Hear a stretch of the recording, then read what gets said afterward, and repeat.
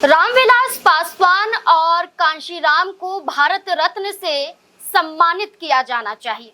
ये मांग है बीजेपी के हनुमान चिराग पासवान की। चिराग पासवान इन दिनों बिहार से ज्यादा उत्तर प्रदेश में सक्रिय नजर आ रहे हैं, क्योंकि 2027 में विधानसभा का चुनाव है।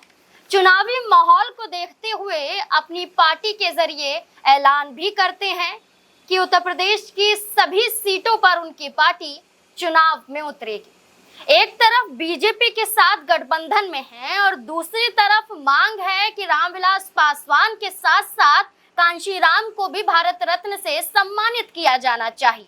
और बड़ी बात कि सभी सीटों पर अपने प्रत्याशी उतारने का ऐलान भी करते हैं।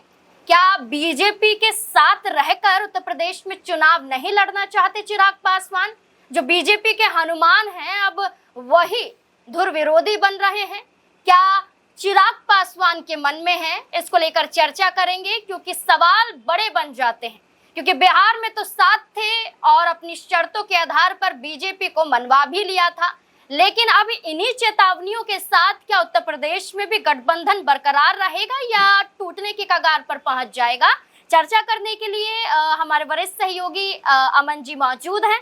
सर, बड़ा सवाल यही रहता है कि 15 जुलाई को वो एक बैठक उत्तर प्रदेश में कर रहे थे अपने तमाम कार्यकर्ताओं के साथ, और बैठक में उन्होंने खुलकर ये कहा कि उनकी कई मांगे हैं, उत्तर प्रदेश में कई मुद्दे हैं और इन मुद्दों को साथ लेकर चुनाव में चलना चाहते हैं। लेकिन सबसे बड़ा मुद्दा और सबसे बड़ी मांग उन्होंने यही बताई कि वो चाहते हैं कि वो अपने पिता स्वर्गीय रामविलास पासवान और स्वर्गीय कांशीराम को भारत रत्न से उन्हें सम्मानित किया जाना चाहिए, उनके नाम भारत रत्न दिया जाना चाहिए। क्या लगता है कि चिराग पासवान किस राह पर नजर आ रहे हैं? क्योंकि यहाँ बसपा का भी जिक्र हो जाता है, तो क्या बसपा की राह या बसपा का समर्थन पाने की कोशिश की जा रही है? देखिए, बिल्कुल पहली बात तो ये है कि जिस तरह चिराग पासवान लगातार अपनी पार्टी के पैर पसारते हुए दिखाई पड़ते हैं, क्योंकि आप देखेंगे कि अपनी पार्टी को वो विस्तार दे रहे हैं, चाहे झारखंड की बात करें, चाहे दिल्ली की बात करें, अब चाहे उत्तर प्रदेश की बात करें, यानी बिहार से निकलकर तमाम राज्यों में जो रामविलास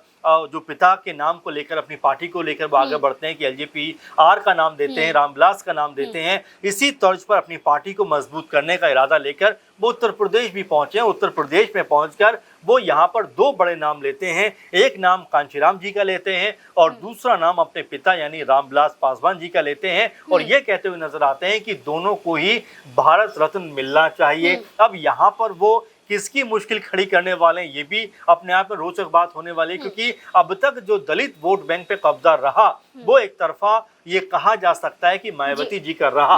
अब ऐसे में एक तो चंद्रशेखर आजाद पहले ही कहीं ना कहीं परेशानी का सबब बने हुए BSP के लिए, क्योंकि वो भी अपनी पार्टी को उत्तर प्रदेश में लगातार मजबूत करने का कार्य कर रहे हैं, लगातार मजबूत करने की दिशा में आगे बढ़ रहे हैं। ऐसे में जिस तरह से चिराग पासवान उत्तर प्रदेश में एंटर किए हैं और दलित पॉलिटिक्स वो भी यहाँ पर करना चाहते हैं, और जिस तरह से यहाँ पर अनाउंसमेंट करते हैं कि भाई कांशीराम और रामविलास जी को एक तरीके से उनका सम्मान होना चाहिए और उनको भारत रत्न दिया जाना चाहिए, तो ऐसे में बिल्कुल इसमें कोई दो राय की बात नहीं है कि चिराग पासवान अपने आप को न सिर्फ मजबूत करना चाहते हैं, बल्कि जो दलित समुदाय से लोग आते हैं उनके वोट में भी यहाँ पर अपना हिस्सा ढूंढना चाहते हैं। यानी BSP को इससे झटका लग सकता है। साथ में जिस तरह से आप कह रहे थे कि भाई क्या तमाम सीटों पर वो चुनाव लड़ते हुए दिखाई पड़ेंगे, तो उनकी तरफ से अरुण भारती जो नेता हैं, सांसद भी हैं और उनके जीजाजी भी हैं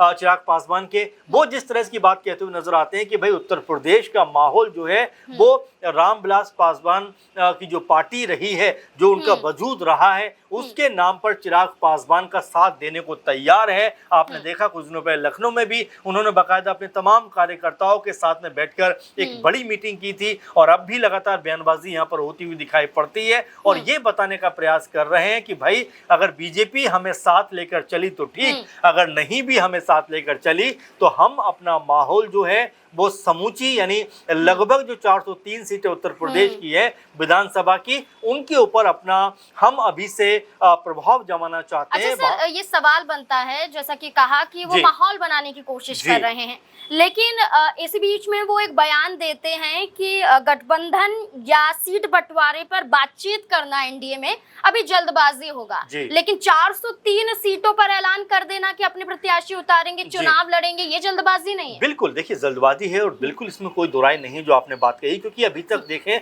तो संगठन स्तर पर या बहुत मजबूत उत्तर प्रदेश में दिखाई नहीं पड़ती है एलजेपीआर। लेकिन ये भी देखिए कि जिस तरह की बात वो कर रहे हैं और जिस तरह से यहाँ पर कांशीराम जी का नाम ले रहे हैं, रामविलास पासवान जी का नाम ले रहे हैं, यानी कि दोनों तरफ कहीं ना कहीं वो अपना प्रभाव जमाना चाहते हैं। एक तरफ बीजेपी को बताना चाहते हैं कि भाई अगर आपने हमें हमारे मुताबिक सीटें नहीं दी, यानी कि हम जिसमें खुश हो पाए या जिसमें संतुष्ट हो पाए उतनी सीटें अगर नहीं दी तो हमारे पास विकल्प खुला हुआ है। वहीं दलित वोटर्स के अंदर भी एक बात यहाँ पर लेके जा रहे हैं कि भाई देखिए हम चाहते हैं कि अगर उत्तर प्रदेश में हम आए तो हमारी बड़ी मांग क्या रहेगी कि कांशीराम जी को और साथ में मेरे पिता यानी रामविलास पासवान जी को भारत रत्न मिलता हुआ दिखाई पड़े। यानी दलितों का जो वोट बैंक है उसके ऊपर अभी से उनकी नजर है और इसी तरह इस तरह की बयानबाजी वो करते हुए दिखाई पड़ रहे हैं। अच्छा, यहाँ अगर हम बात करें तो चिराग पासवान को लेकर आपने ये कह दिया कि वो दो तरफा राजनीति कर रहे हैं, वो वर्गों को साथ लेकर चलना चाहते हैं और दलितों को भी साधने की कोशिश कर रहे हैं ओबीसी के साथ साथ।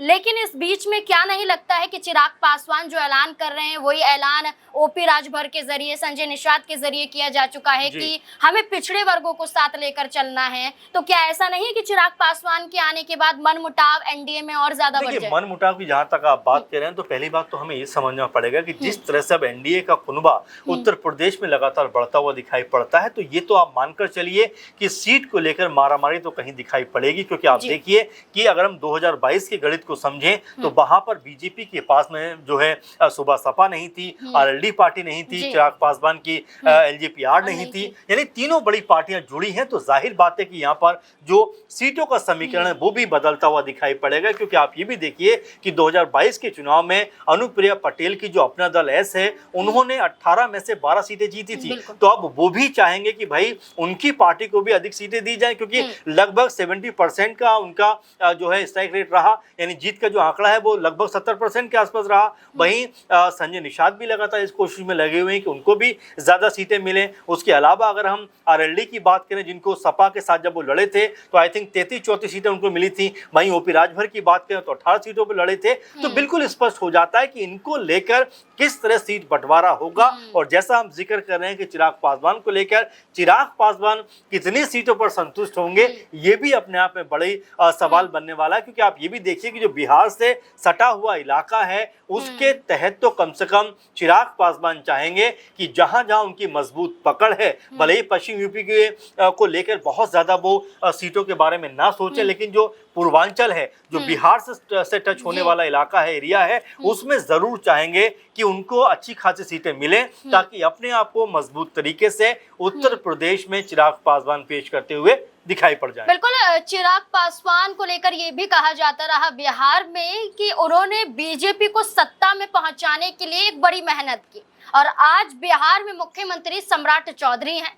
लेकिन जब सम्राट चौधरी से पहले जब नीतीश कुमार ने ये पद छोड़ा, चर्चा हो रही थी तो चर्चाओं में चिराग पासवान का नाम भी आया था।